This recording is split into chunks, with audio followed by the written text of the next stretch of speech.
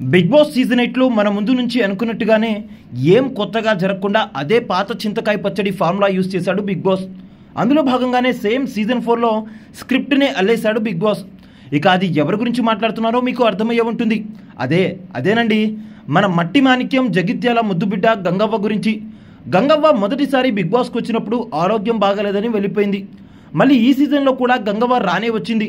అయితే రూరల్ బ్యాక్గ్రౌండ్లో ఓట్లు ఎక్కువగా రాలేదని అండ్ టీఆర్పీ కూడా పడిపోతుందని బిగ్ బాస్ అయితే గంగవ్వకు అవకాశం కల్పించాడు.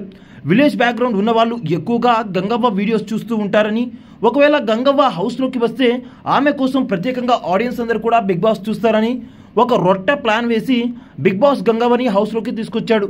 ఇక అలా తీసుకొచ్చి ఏం సాధించాడంటే ఫస్ట్ రెండు వారాలు గంగవ్వేనా ఇది అన్నట్టుగా ఆడింది. నీ అవ్వ తగ్గేదేలే అన్నట్టుగా ఆటలు కూడా ఆడింది.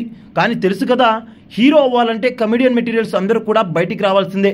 అలా గంగవ్వ హౌస్లో 3-4 వారాల్లో తన ఆట తీరు మొత్తం తగ్గించి బయటకు వెళ్ళడానికి స్క్రిప్ట్ ముందుగానే రాసేసుకుని వల్లించేశారు బిగ్ బాస్. అలా ఫైనల్గా మరొకసారి గంగవ్వని జీరో చేసి ఆరోగ్యం బాగాలేదంటూ హెల్త్ రీజన్స్ చెప్తూ బయటికి పంపించడానికి రెడీ అయ్యారు బిగ్ బాస్. ఇక గంగవ్వ బిగ్ బాస్ ఆదేశాల మేరకు ఆరోగ్యం బాగాలేదంటూ సెల్ఫ్ ఎలిమినేట్ చేసుకుంటుంది. అలా మొత్తంగా మనందరి గంగవ్వ మరోమారు బిగ్ బాస్ హౌస్లో నుంచి వాకౌట్ చేస్తుంది. అయితే టాస్క్లు ఆడగల సత్తా లేకపోయినా ఇలా తీసుకురావడం ఎందుకు, అలా బయటికి పంపించడం ఎందుకు అంటూ ఫైర్ అవుతున్నారు గంగవ్వ ఫ్యాన్స్. ఈ సీజన్ బిగ్ బాస్ హౌస్లో గంగవ్వ పర్ఫార్మెన్స్ మీకు ఎలా అనిపించింది? సీజన్ 4లో గంగవ్వ పర్ఫార్మెన్స్తో కంపేర్ చేస్తే ఈ సీజన్లో ఏమన్నా ఇంప్రూవ్మెంట్ ఉందా అని మీరు అనుకుంటున్నారా? గంగవ్వ హౌస్లో నుంచి వెళ్ళిపోవడం వల్ల మీరేమైనా బాధపడుతున్నారా? కామెంట్ చేసేయండి.